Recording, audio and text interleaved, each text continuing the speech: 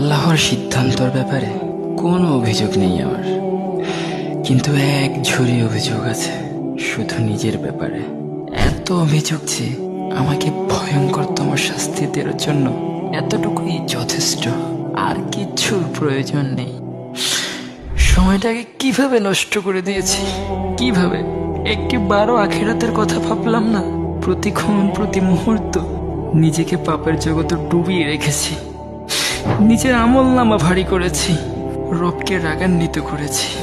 জানি না আল্লাহ আমার জন্য কি ব্যবস্থা করে রেখেছে, কিন্তু রব তো ক্ষমা করার ওয়াদা করেছে। যে সব পাপ ছেড়ে দিয়ে তাওবা করবে তাকে আল্লাহ তাআলা ক্ষমা করবেন এবং তার অতীতের সকল পাপ মুহূর্তে সেগুলোকে নেকি বানিয়ে আমল নামায় তুলে দিবেন। কিন্তু আমি কি পেরেছি সেইভাবে রবের কাছে অনুতপ্ত হতে, তার কাছে ক্ষমা চাইতে? জানি না, কিচ্ছু জানি না। যদি না পারি তাহলে তো সব শেষ হয়ে যাবে, ধ্বংস হয়ে যাব আমি, ধ্বংস। যে ধ্বংসের চেয়ে আর কোনো বড় ধ্বংস নেই। আল্লাহুম্মা গফিরলি, আমায় ক্ষমা করুন রব। আমি আর গুনার রোদ্দুরে পড়তে চাই না।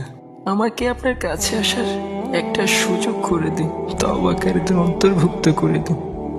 নিশ্চয়ই আপনি তওবাকারীদের প্রচণ্ড ভালোবাসেন।